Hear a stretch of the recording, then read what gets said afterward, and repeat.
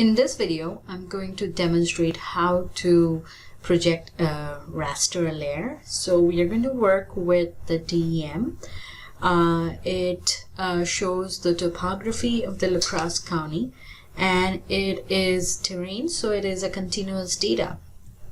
And if you go to the properties of this layer, you can see that we have rows and columns, but the cell size is kind of off, right? And that is because the spatial reference, if you look at it, it's in geographic coordinate system, and therefore the units are angular units. Even the extent you can see are angular unit. That means it is in spherical geometry, and we cannot make any linear measurement using a spherical geometry, so the projection will convert it into a planar geometry. I already told you in the data instructions in the lab handout that this is, I think, 1/3 or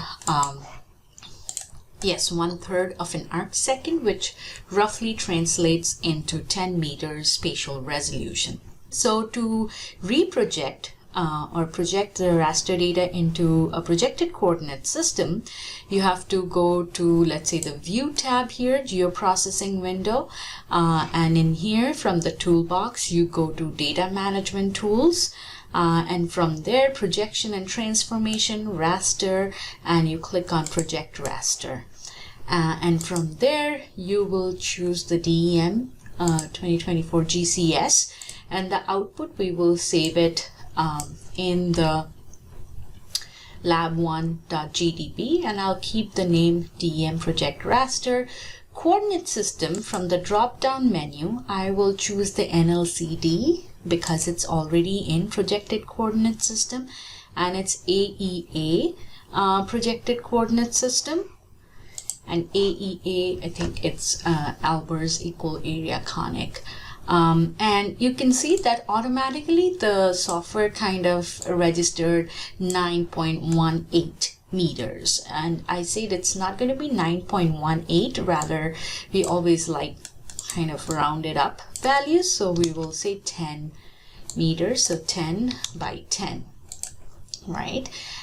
In the environments here, we will make sure that things are all right. I don't need to assign anything other than maybe snap raster to NLCD so that it lines up properly, and go back to this, and I'm just going to click run. So you can see that projected raster is automatically added, and it has taken its own kind of color scheme. So I'll uncheck the original one here, and I'll go there and go to symbology, and I will choose maybe a nicer color scheme like this. Now let's quickly compare how different the unprojected raster and the projected raster is. I'm calling the raster in geographic coordinate system as the unprojected raster, right? So it kind of looks the same. I just made the color a little different so that we understand the difference. And if I open the unprojected raster again, you will see the columns 6, 1, 2, 3, rows 4, 3, 5, 6, and cell size is 0.00093, and in here angular unit, right? Now let's open the projected raster. You can see the columns have changed. It's substantially less than what it was. The rows is kind of comparable, so the columns in this side, this is less, that means it has reduced. And then in spatial reference here, you can see now we have the projected coordinate system, and we have the linear unit, which is in meter, and it's the same projection that we have in the NLCD, right? So now it's very important for you to identify that we did reduce the size, because as you remember, the automatic value, it took 9 point something. We actually increased that, right? So the pixel size, if you really go into the detail here, you will see that let's say we have zoomed in quite a bit, and if you kind of go or toggle back and forth, you can see the orientation and the size of the pixel is kind of off, right? From the GCS versus the projected raster. And that's kind of why the number of columns and rows do not match.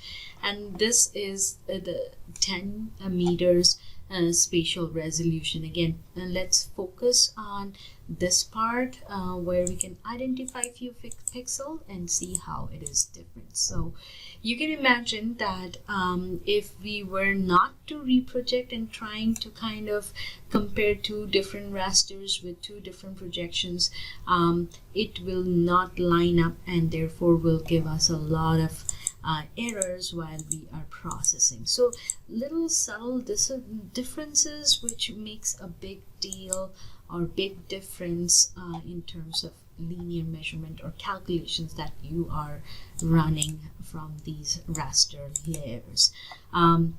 Another thing you can do is also change the symbology into classify.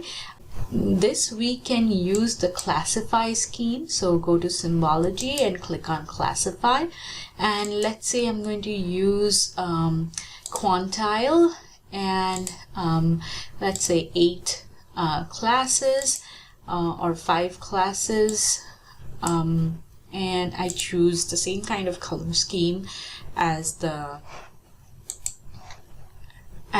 elevation, and this is the kind of classification of different elevation levels that you can view.